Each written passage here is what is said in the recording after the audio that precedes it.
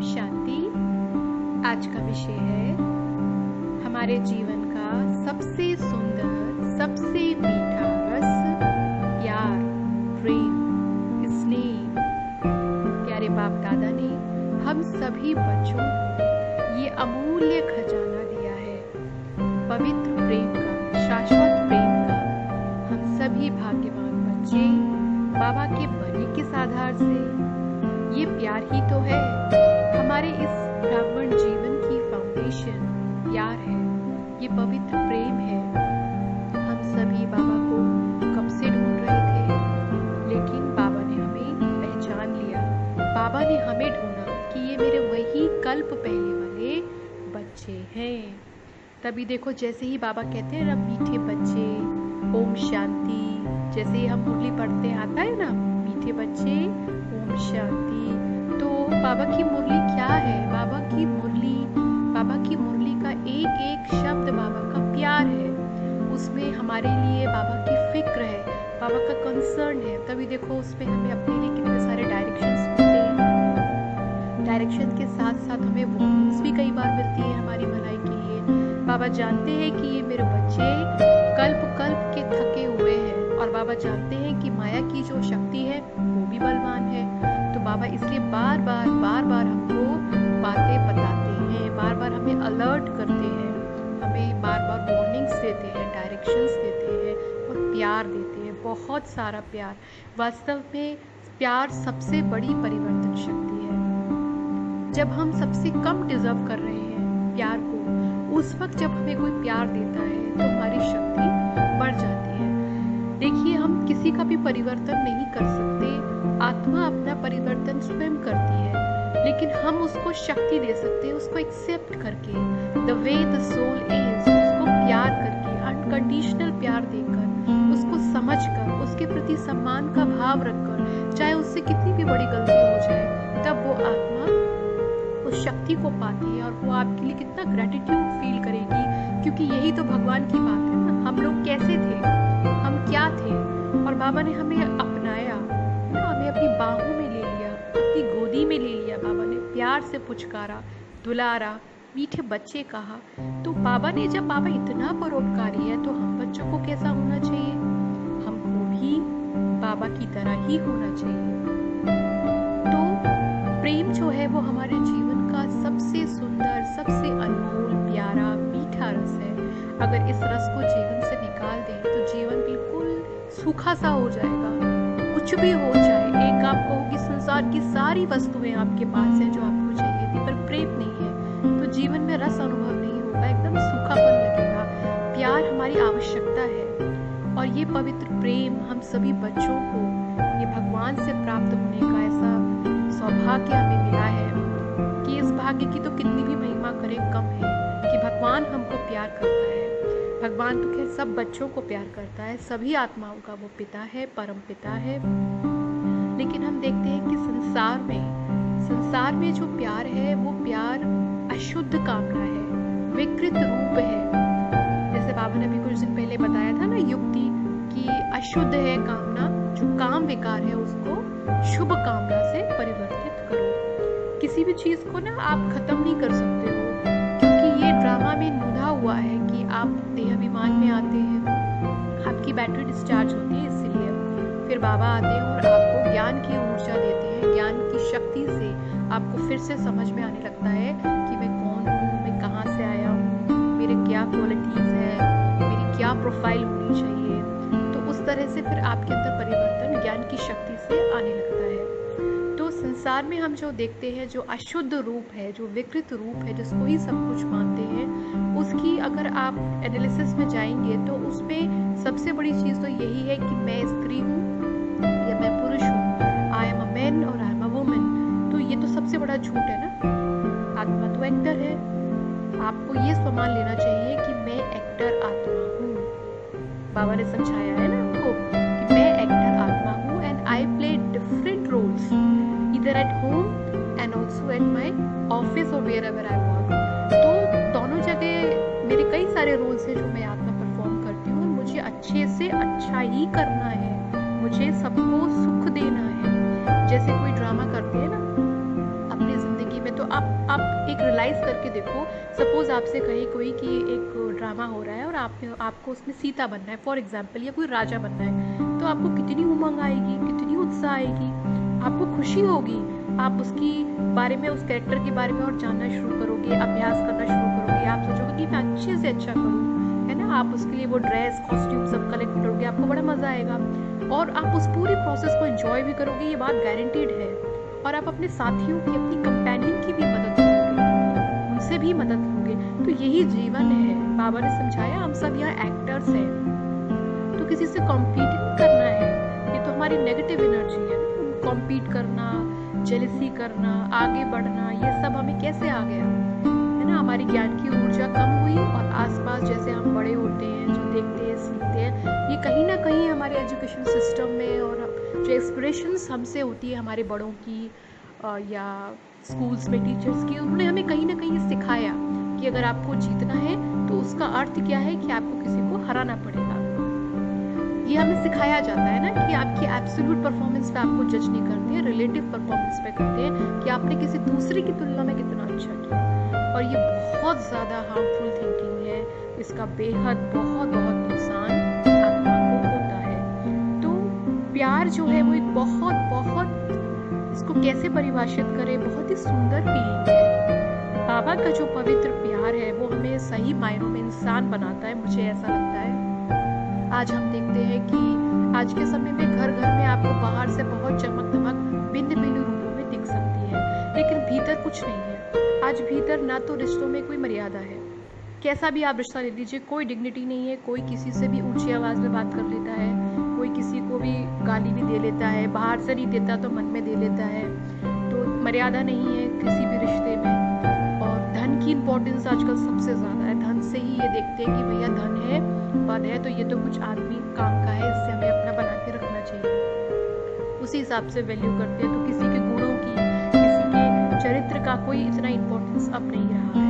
घर घर में हम लड़ाई झगड़े अशांति देखते हैं क्योंकि सारे के सारे दूसरे से मांग रहे हैं, देना कोई चाहता नहीं और दे इसलिए नहीं सकते क्योंकि खाली है, तो दे कैसे, तो एक दूसरे से मांग रहे हैं। तो बाबा ने हमें जो ये प्यार दिया, कितना परोपकारी बाप है हमारा, उसने हमें इतना शुद्ध पवित्र प्रेम दिया कि क्या कहने, क्या बोले। उस प्रेम ने ही हमें वास्तव में, देवता तो हम बनने की प्रोसेस कर रहे हैं, लेकिन विकारों के जो अधीन होता है ना, उसको इंसान भी नहीं कहेंगे, है ना। जैसे बाबा तो हमें क्या क्या नहीं बोलते, अजामिल है और बंदर मिसल है, तो बाबा जो बोलता है ना, सत्य बोलता है ना, परमात्मा जो कह रहा है सत्य कह रहा है। तो प्रेम को हमें अपने जीवन का, प्रेम हमारा गुणधर्म है ना, हमारे जीवन का अभिन्न अंग है। तो मैं आत्मा मास्टर प्रेम का सागर हूँ, ये स्वमान लेकर हमें इस पर विशेष अभ्यास करना चाहिए।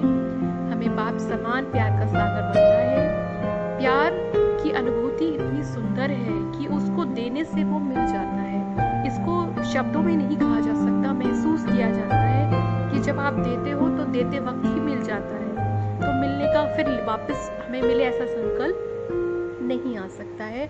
वो कब आएगा, जब हम प्रेम के सागर अपने परम पिता परमात्मा से योग लगाएंगे, जब हम उनको याद करेंगे, तो जब उनका रंग हम पर चढ़ेगा ना, संगति का रंग लगता है ना, तो वो जो रंग हमें लगेगा उसके कारण हम भी अपने सभी आत्मा भाइयों को वही सच्चा शुद्ध प्रेम दे पाएंगे। प्रेम देने में समाया हुआ है, देने में ही लेना समाया हुआ है। तो लेकिन हम देखते हैं कि हमें कई बार कितनी प्रॉब्लम्स भी आती हैं पुरुषार्थ में। वो क्यों होता है? क्योंकि कई बार हम दिल की बजाय दिमाग से काम करने लगते हैं। फॉर एग्जाम्पल, जैसे बाबा हमको समझाता है कि बच्चे किसी को दुख नहीं दो, नहीं तो तुम दुख में मरेंगे। बाबा कहते हैं बच्चे सबको सुख दो, है ना, सबके पुण्य कर्म करो, तुम अपना जमा का खाता अपना अच्छा करो। तो ये तो हो गया ज्ञान की दृष्टि से समझने वाली बात। लेकिन ऐसा अभ्यास नहीं होना चाहिए कि अगर मैंने किसी के लिए कोई भी अच्छी काम किया, एक अच्छा शुद्ध संकल्प किया, या कर्म मैंने कुछ भी अच्छा किसी के लिए किया, तो वो करते वक्त भी मैं अपने दिमाग में ये हिसाब रखूं कि अरे मैंने एक पुण्य कर्म किया, अब मैंने उसको फल के लिए किया। ये चीज फिर अच्छी नहीं है, इसको शुद्धता नहीं कहेंगे। जैसे बाप है ना, निष्काम सेवाधारी, ऐसी सुंदर स्थिति को हमें प्राप्त करने का अभ्यास करना चाहिए। अभ्यास में क्या है कि हम बाबा की बातों को समझें, और सबसे बड़ी चीज तो ये है जो परिवर्तन में योग है। अगर योग लगेगा तो हमें उनका रंग जो है बाबा का वो जरूर चढ़ेगा। योग में फिर धारणाओं का बहुत महत्व है। अगर हमारी धारणाएं मजबूत होती है ना तो योग हमारा अच्छा रहता है, हमारा योग के प्रति अटेंशन रहेगा। अगर धारणाएं हमारी मजबूत नहीं है तो फिर योग में हमारा अटेंशन जो कंटिन्यूस नहीं रह पाएगा, कंटिन्यूस वे में नहीं रहेगा। फिर ऐसे वाला हो जाएगा जैसे कभी बहुत अच्छा लगा, कभी सामान्य हो गया, कभी बिल्कुल ही अच्छा नहीं हुआ। तो उसको एक स्थिर स्थिति में रहना बहुत जरूरी है, मतलब वो एक कंटिन्यूस जो मूव है उसमें रहे। तो परिवर्तन के लिए सबसे पहले तो जैसे मैंने कहा ना, प्रेम की शक्ति। अगर हम गहरे अर्थों में समझें तो हमारा भी जो परिवर्तन हुआ है उसका आधार था बाबा की एक्सेप्टेंस। हम बहुत खराब थे, we were good for nothing, हम किसी काम के लायक नहीं थे, बिल्कुल बेकार। लेकिन बाबा ने हमारी वो चीज ना देखकर हमें स्वीकार किया, एक्सेप्ट किया, प्यार दिया, तो हम में ताकत आई खुद को बदलने की कि अब यही चीज हमको पूरे विश्व में करनी है, अपने सभी भाइयों के साथ, है ना। हमारे जितने भी आत्मा भाई हैं, पूरी विश्व, ऐसे अपनी सोच को संकीर्ण नहीं बनाना है कि परिवार है या हमारा क्षेत्र है, हमारा शहर है, हमारा सेंटर है और हमारा ये है। बाबा देखो कितना समझाते हैं कि एक जोन वाले हो, सेंटर वाले हो या विश्व वाले हो, समझाते हैं बाबा ने हमें हर बात की क्लैरिटी दी है। ये हमारी गलती होती है कि हम बाबा की बातों को कितना छोड़ देते हैं और कितना पकड़ पाते हैं। बाबा ने तो हमें हर बात की समझ जरूर दी है। तो हमारा प्यार ऐसे डिवीजन में नहीं होना चाहिए जैसे हम कंपार्टमेंट बना लेते हैं ना, कि अगर ये मेरा सेंटर है तो मेरे सेंटर में जो भाई बहन आते हैं मेरा उनसे बड़ा प्यार है, अब नॉन बी के उनसे मेरा प्यार नहीं है, ये तो बड़े खराब है। अरे ऐसे थोड़ा ना होता है। सबसे सेम प्यार के अंदर आप डिवीजन नहीं कर सकते। प्यार तो प्यार है, ये तो एक नेचुरल फ्लो है, जैसे बह रहा है। फूल की खुशबू है, खुशबू जा रही है सबके पास, तो खुशबू नहीं डिफरेंशिएट करेगी कि मैं इस वाले को ज़्यादा अच्छा है, ज़्यादा खुशबू दूँ, ऐसा फूल नहीं सोचता है ना। तो वो वाली चीज़ है। तो वो हमें बाबा का जब रंग चढ़ता है तब हमें समझ में आती है। पुरुषार्थ के लिए सबसे बड़ी जो शक्ति है वो है सत्यता की शक्ति। सत्यता की शक्ति का अर्थ होता है कि जो सत्य है, सत्य पहली बात होता है एक, जो सत्य है, जो शाश्वत है, जो अमर है, वो सहज होता है।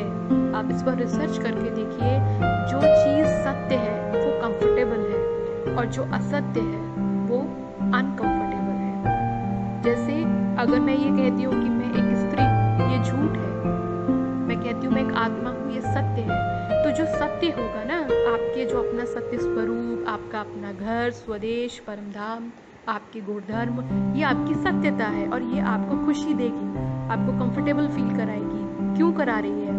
क्योंकि सत्य सहज होता है, डिफिकल्ट होता है झूठ, तभी तो दुख बढ़ता है ना। देह अभिमान झूठ है। तो जब देह को, मैं खुद को देह समझकर जब कॉन्शियसनेस में चलती हूँ तो मुझे क्या मिलता है? दुखी तो मिलता है ना।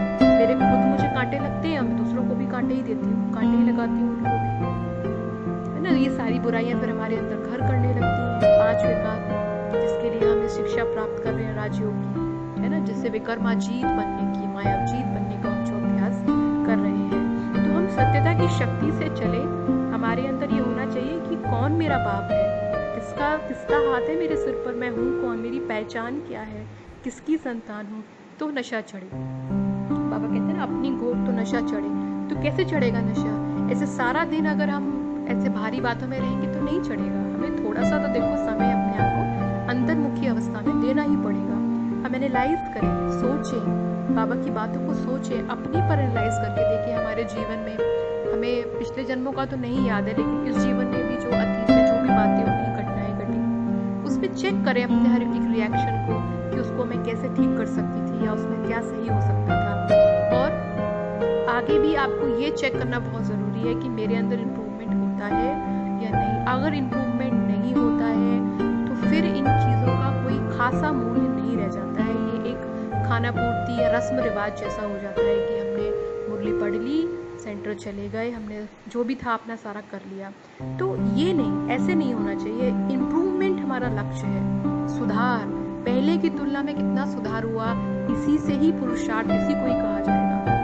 इम्प्रूवमेंट होना बहुत ज़रूरी है। आगे बढ़ना जिसको कहते हैं वो बहुत ज़रूरी है। वो हम खुद ही चेक कर सकते हैं और तो कोई चेक करेगा नहीं। तो ये बहुत इंपॉर्टेंट बात है। तो वहाँ पे मैं महात्मा मास्टर प्रेम का सागर इस ब्यूटीफुल सुमान के साथ हमें अपने दिन की शुरुआत करके इसका अभ्यास करना चाहिए। विशेष हम इस पर अभ्यास करें, चिंतन मनन करें, कमेंट्री हम लगा लें जैसे हमको पसंद है कि मैं आत्मा मास्टर प्रेम का सागर हूँ, और इस एक गुणधर्म को लेकर अनुभव करें। तो ये कितनी सुंदर फीलिंग है कि जब हम प्यार की भावना से भरे होते हैं, जब प्यार हम देते हैं तो कितना अच्छा लगता है। इतनी एक ऐसी खुशी अनुभव होती है जिस खुशी को बयान नहीं कर सकते, जिसमें एक भरपूरता है, एक फुलफिलमेंट है कि अब कुछ नहीं चाहिए, है ना, एक भरा हुआपन है अंदर से। तो उस सुंदर फीलिंग को महसूस करने के लिए हमें इस तरीके का अभ्यास ज़रूर करना चाहिए।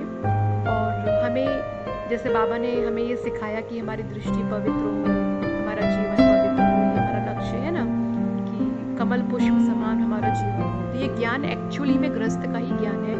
तो ऐसे कोई ना सोचे, ऐसे मैंने बहुत लोग डिमोरलाइज देखे हैं कि अगर हम गृहस्थ में हैं या अगर हम बहुत हमारी उम्र हो गई है, शरीर की वृद्ध है, तो हम कुछ नहीं कर सकते। इस तरीके की निराशावादी बातें, इस तरीके की कमज़ोर संकल्प, इस तरीके की सोच अच्छी नहीं है। हमें सोचना चाहिए कि कौन हमारा बाप है ना, हमें थोड़ा सोचना चाहिए। और हमें ऐसे कमज़ोर संकल्प नहीं करने चाहिए। हम ऐसा इसलिए करते हैं क्योंकि हम अपने स्वमान में नहीं रहते। बाबा हमें क्या कह रहा है, क्या बता रहा है, कैसी दृष्टि से देख रहा है, और हम खुद को क्या कह रहे हैं, खुद को क्या बता रहे हैं, खुद को किस दृष्टि से देख रहे हैं, बहुत बड़ा अंतर हो जाता है क्योंकि हम स्वमान के नशे में नहीं रहते। स्वमान बहुत इम्पोर्टेंट है। अगर स्वमान के अलावा आप किसी भी दूसरी बात के नशे में रहते हैं, आपके हाथ में अंत में कुछ भी नहीं आने वाला है। आप खाली फील करोगे, दोनों हाथ खाली फील करोगे, और लास्ट में आपको धोखा ही मिलना है। अगर आपको लग रहा है कि ये चीज़ें सच है, मैं डॉक्टर हूँ ये सच है, मैं फलाना हूँ ये सच है, मेरे पास इतनी सारी प्रॉपर्टी ये सच है, अंत में ऐसा कुछ भी नहीं होना है। अंत तक भी जो चीज़ जो अविनाशी है वो स्वमान है। तो स्वमान ही आपकी पहचान है। स्वमान पर ही हमें ज़्यादा से ज़्यादा टेंशन देना चाहिए। जैसे मैं आत्मा खुद को कैसे महसूस करूँ, कौन हूँ, ये जो सेल्फ आइडेंटिटी है, जो self esteem, it's very important. किसी भी आत्मा के लिए, उसके व्यक्तित्व के लिए बहुत ज़रूरी है। जिस तरह से वो खुद को समाज में एक्सप्रेस करता है, दुनिया में एक्सप्रेस करता है, अपने चरित्र को सामने रखता है। स्वमान इज़ वेरी इंपॉर्टेंट। विदाउट स्वमान हम क्या हैं, हमें पता ही नहीं हम कौन है, क्या है। और बाकी चीज़ों में अगर हम फंसेंगे कि मैं फलाना फलाना नाम हूँ, फलाना फलाना प्रोफेशन हूँ, फलाना फलाना मैं घराना हूँ, इससे हमें कुछ मिलना नहीं है। ये हमने देख भी लिया है ना करके, हमें कुछ नहीं मिलना है इससे। तो हमें ये ध्यान रखना है, बाप सबका है, भगवान सबका पिता है, सबका बराबर अधिकार है, सबको वर्षा मिलना चाहिए। कोई किसी को अपने को कभी किसी से कम समझना, ये भी बहुत गलत है। अपने को भी समझना और दूसरे को भी समझना बहुत गलत है। हम सभी एक ही परम पिता की संतान है, एक ही घर में हम साथ साथ रहते हैं। तो हमें एक समता का दृष्टिकोण, एक इक्वलिटी का दृष्टिकोण बहुत ज़रूरी है कि सबको हम उनके सत्य स्वरूप में देखें। तभी इसी तरह से हमारे अंदर जो शुद्ध पवित्र प्रेम है वो बहने लगता है। तो आज विशेष हम आज के दिन इसी पर अपने स्वमान पर चिंतन करेंगे और योग अभ्यास करेंगे।